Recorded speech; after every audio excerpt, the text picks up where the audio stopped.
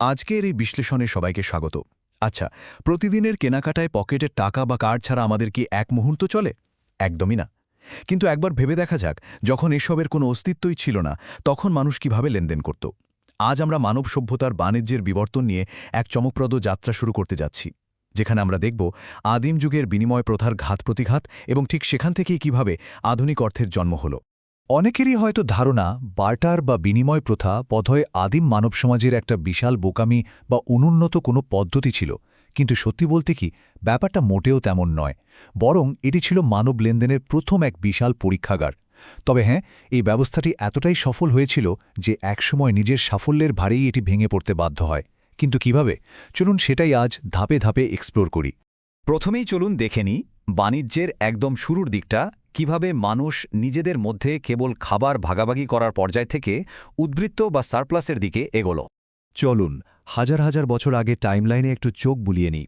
আজ থেকে প্রায় ১২,০০০ বছর আগে, মানে ১০,০০০ খ্রিস্টপূর্বাব্দে, শিকারী সমাজ যখন পুরোদমে কৃষিকাজ শিখছে, তখন প্রথম উদ্বৃত্ত ফসল দেখা দিল। তখন থেকেই মূলত বিনিময় প্রথা বা বার্টার সিস্টেমের শুরু। এরপর হাজার হাজার বছর ধরে এই প্রথা দিব্যি চলতে থাকে। কিন্তু ৪,০০০ খ্রিস্টপূর্বাব্দে বাণিজ্য পথগুলো যখন বিশাল আকার ধারণ করল, তখন এই ব্যবস্থার ওপর প্রচণ্ড চাপ পড়তে শুরু করে।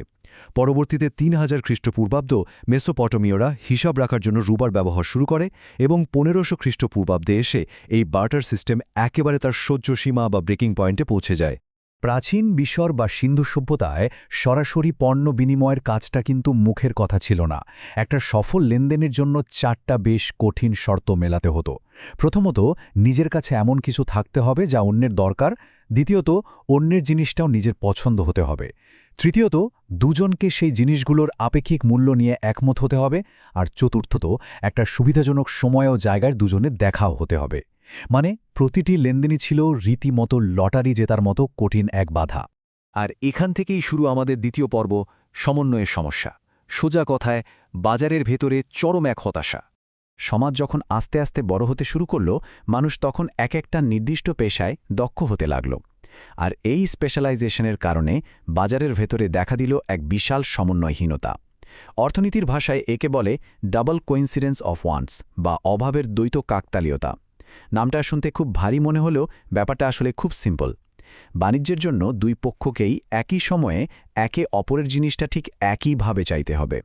যদি কোনো এক পক্ষের চাহিদা সামান্যতম না মেলে, ব্যাস পুরো লেনদেনটাই সেখানেই মুখ থুবড়ে পড়বে। ব্যাপারটা কতটা বিরক্তিকর ছিল তা একটা উদাহরণ দিলেই পরিষ্কার হবে। ধরা যাক, একজন কৃষকের কিছু অতিরিক্ত শস্য আছে এবং তার একটা লাঙল বা হাতিয়ার প্রয়োজন। সে গেল হাতিয়ার প্রস্তুতকারকের কাছে। কিন্তু হাতিয়ার বানায় যে, তার তো আর শস্য লাগবে না, তার লাগবে গবাদি পশু। এখন কৃষকের কাছে তো কোনো পশু নেই, তাই তাকে এখন এমন একজন পশুপালককে খুঁজে বের করতে হবে যার শস্য দরকার।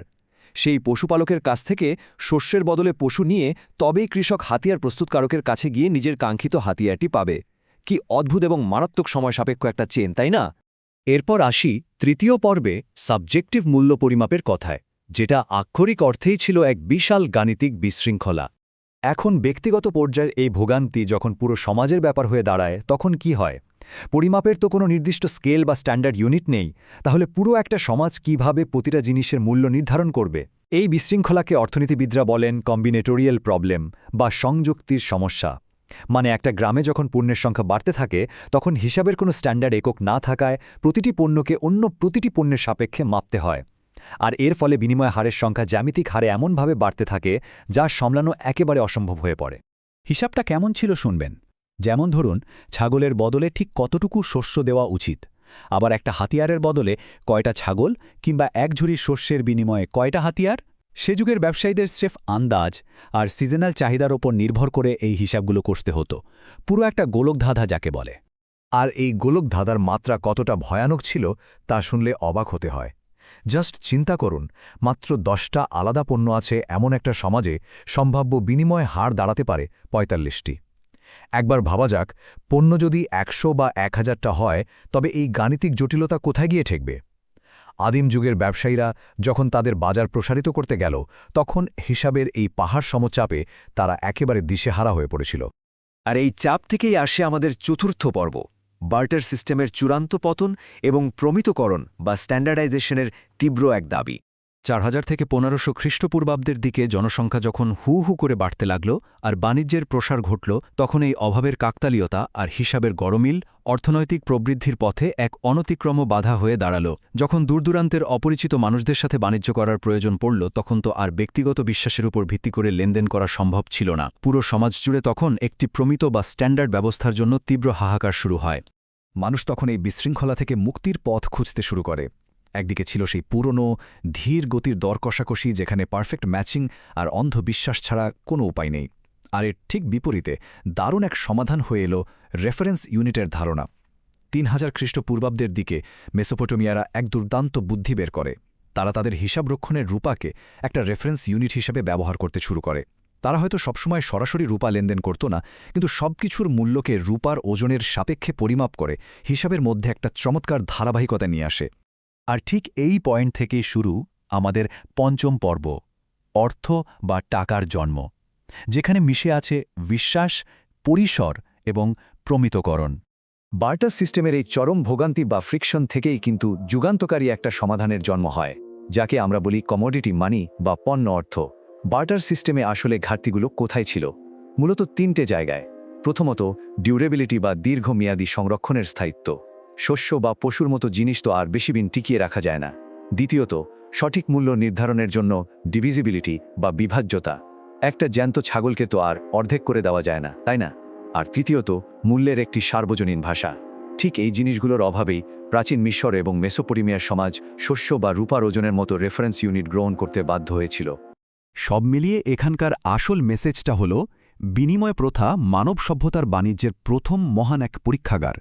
এটা কোনোভাবেই ব্যর্থতা ছিল না, বরং এটা ছিল একটা অত্যন্ত প্রয়োজনীয় বিবর্তনমূলক পদক্ষেপ।